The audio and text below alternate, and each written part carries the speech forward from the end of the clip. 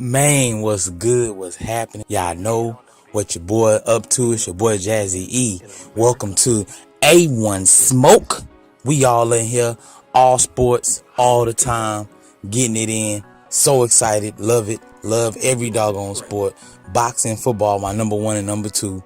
So y'all gonna hear a lot about that, but we with it all. I ain't tripping. We own it. Man, I'm excited. It's a lot of stuff going on in boxing, man. It's a lot of stuff going on in basketball.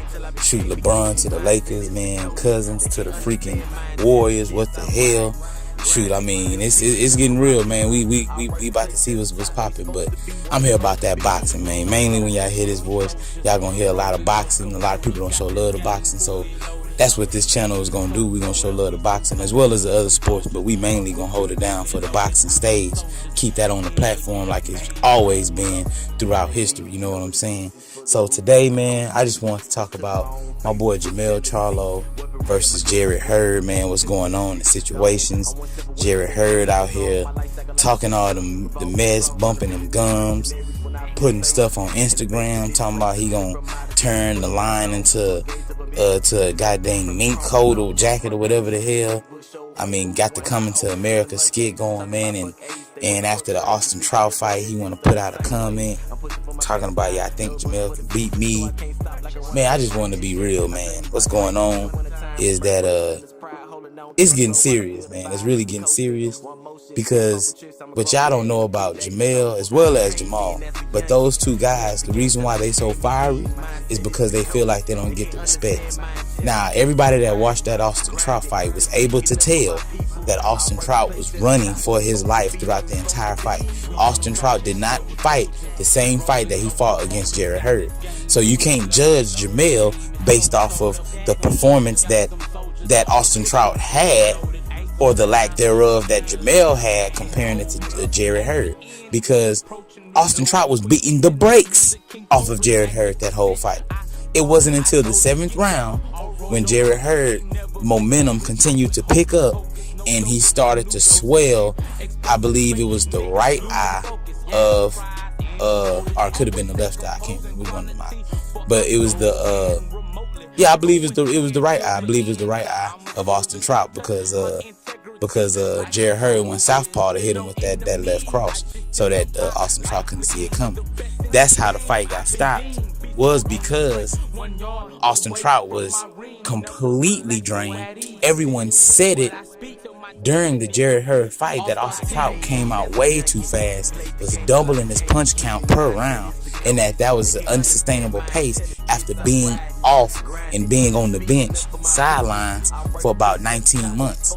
So it's like when Jermell fight him, he's active. He's back active. Fought October, Jarrett Hurd knocked some dude out, not knock him out, but went to decision with some dude in February, and then was ready for Jermell this past June. Well, Austin Trout knew the game plan that he was gonna have against a puncher like Jermell. So now that it's all said and done and the smoke unsettled, we gotta sit back and we gotta look and watch and make it seem like Jarrett Hurd is the prestigious and the number one contender or the number one champion in the super welterweight division. I'm here to tell you that he is not.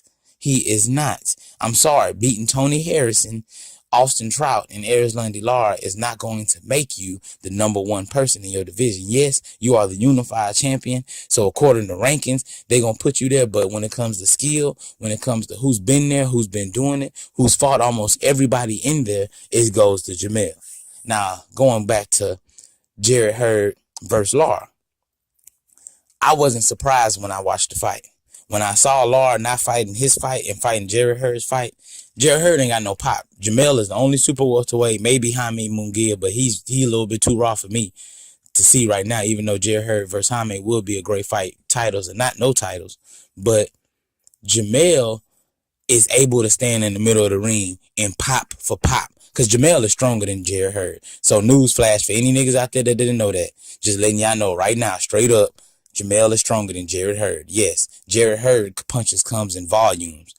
Jermell's one punch hitter quitters comes often. So I don't want to hear no mess about, oh, Jarrett Hurd got popped. Jarrett Hurd, he gonna wear him down. Jarrett Hurd or Jarrett, none of that. Jarrett Hurd ain't swift, ain't nothing fast about him, ain't nothing slick about him. He gets bust upside the head all fight, and he depends on the feather-fisted opponent for him to sustain and survive these fights. And so that he can do what's best to win the fights is just wear you down and weigh you down.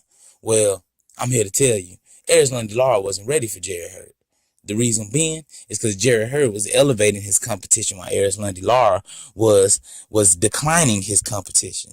Arizona Lara coming off of whack fights with Liam Smith and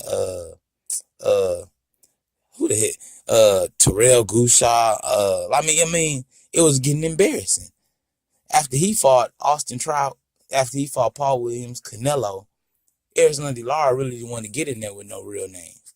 And the thing was, he could have fought Jermell before he fought Jarrett Hurd and created the better fight.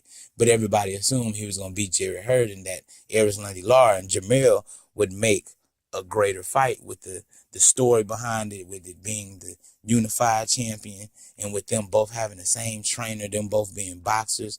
But now Jermell got a new trainer becoming a boxer puncher.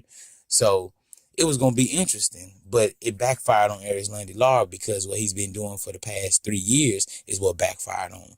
You just can't jump in the ring with any type of competition and then think that you're going, oh yeah, let me go get these other belts and think that it's just going to be a cakewalk.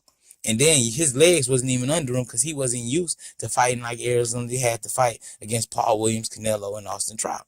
So I'm not surprised Jarrett Hurd won. And the fight would have been a draw if it wasn't for that 12th round knockdown. So it's not like Jarrett Hurd just ran away with it. Like people thinking, matter of fact, Jarrett Hurd himself is thinking that he's the shindig, that this nigga is the best of the best. He's not. He's nowhere near it. He is good in the aspect of his resiliency in the ring, but when it comes to him actually dominating an opponent completely from the first round to the last round, or to where it's not even a thought in one's mind that he was the better fighter, completely the better fighter. Every fight Jarrett Hurd fought, it looks like if he goes back and fight that person again, he'll lose. That's not impressive. Jermell was not going to lose to Austin Trout 10 times out of 10. Jermell was not going to lose to Erickson Lubin 10 times out of 10. Jermell is not going to lose to if he fight a J-Rock. Jermell ain't losing to no Arizona Lara. Even though that's the hardest competition he has in the super welterweight division is Arizona Lara. And Arizona Lara fighting Jarrett Hurd pretty much probably got him back to that championship caliber mindset. But I make Jarrett Hurd fight a J-Rock or Kell Brook to prove it and to earn it. You know what I'm saying? So I'm here to touch base with everybody, let folks know that Jarrett Hurd ain't what you think he is.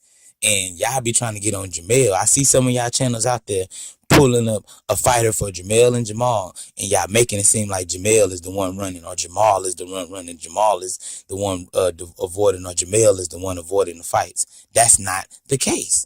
That is not the case at all. Jarrett Hurd gonna come out with a shoulder injury after he done talked all that buku trash. So real talk, bro, you can't even come out here sideways like that and thinking that that's going to fly over our heads. Hell no, that's dog. Nah, we too street for that, bro.